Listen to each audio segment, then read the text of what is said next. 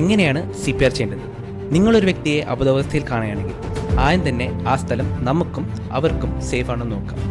സേഫായ സ്ഥലത്തേക്ക് മാറ്റിയതിനു ശേഷം അവരുടെ തോളിൽ ശബ്ദമെടുത്ത് 2 തവണ തട്ടി വിളിക്കാം.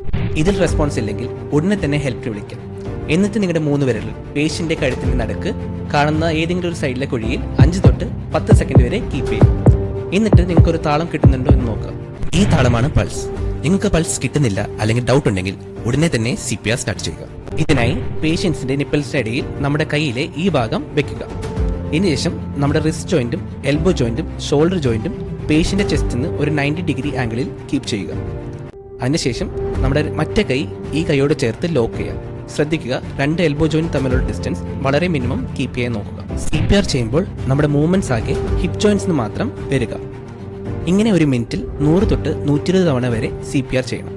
നമ്മുടെ കയ്യിൽ ഓക്സിജൻ ഡിവൈസ് ഉണ്ടെങ്കിൽ എല്ലാം 30 കംപ്രഷൻ്റെ ഇടയിൽ 2 ബ്രെത്ത് ഓരോ സെക്കൻഡ് വീതം കൊടുക്കുക. ഇങ്ങനെ എല്ലാ 2 മിനിറ്റ് കൂടുമ്പോഴും നിങ്ങൾ പൾസ് റീചെക്ക് ചെയ്യേണ്ടതാണ്. ഓർക്കുക, നിങ്ങൾക്ക് പൾസ് കിട്ടുന്നവരെ അല്ലെങ്കിൽ അടുത്തുള്ള ഹോസ്പിറ്റലിൽ എത്തുന്നവരെ നിങ്ങൾ CPR കണ്ടിന്യൂ ചെയ്യേണ്ടതാണ്.